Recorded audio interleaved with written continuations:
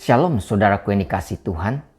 Saat MRT ini ditayangkan, mungkin saudara sedang mengalami pergumulan, kesulitan, masa-masa yang sulit karena kita masih ada di tengah-tengah pandemi ini. Firman Tuhan mengingatkan kita dalam Mazmur 146 ayat 5 dikatakan, berbahagialah orang yang mempunyai Allah Yakub sebagai penolong, yang harapannya pada Tuhan Allahnya. Tidak ada seorang pun manusia yang dapat hidup tanpa pertolongan orang lain. Sejak bayi dilahirkan, ia membutuhkan pertolongan dan kasih sayang ibunya.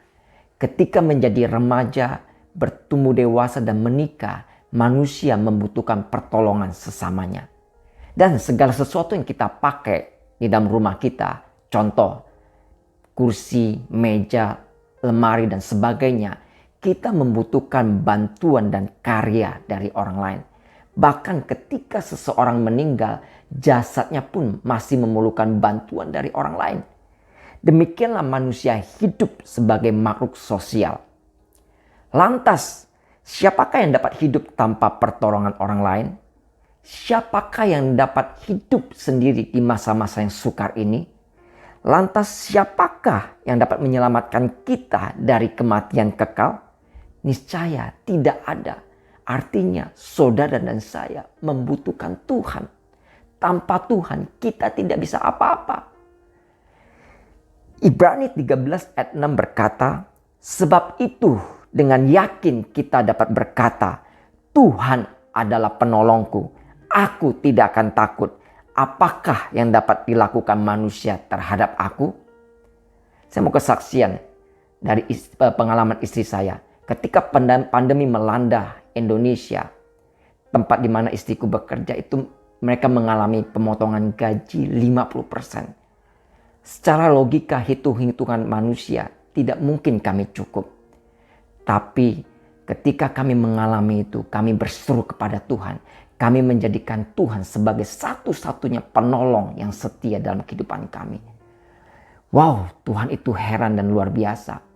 Tuhan menggerakkan satu keluarga untuk menabur bagi kami sampai hari ini.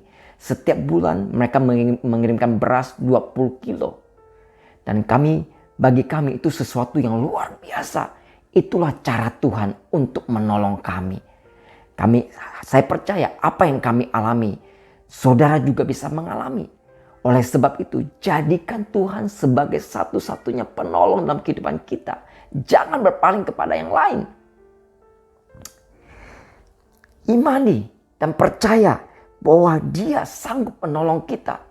Kalau kita membaca di Alkitab, bagaimana Tuhan memberi makan 5.000 orang dengan 5 roti dan 2 ikan. Itu sesuatu yang luar biasa. Bagaimana Tuhan memelihara umatnya ketika mereka keluar dari Mesir. Tuhan mengirimkan roti mana dari surga dan mengirimkan burung puyuh untuk memelihara umatnya. Demikian juga di tengah-tengah pandemi ini, di masa-masa yang sulit ini, Tuhan rindu, ingin menolong setiap kita dan memelihara hidup kita. Oleh sebab itu, saudaraku, jangan takut, jangan gentar. Jadikan Tuhan sebagai satu-satunya penolong yang setia dalam kehidupan kita.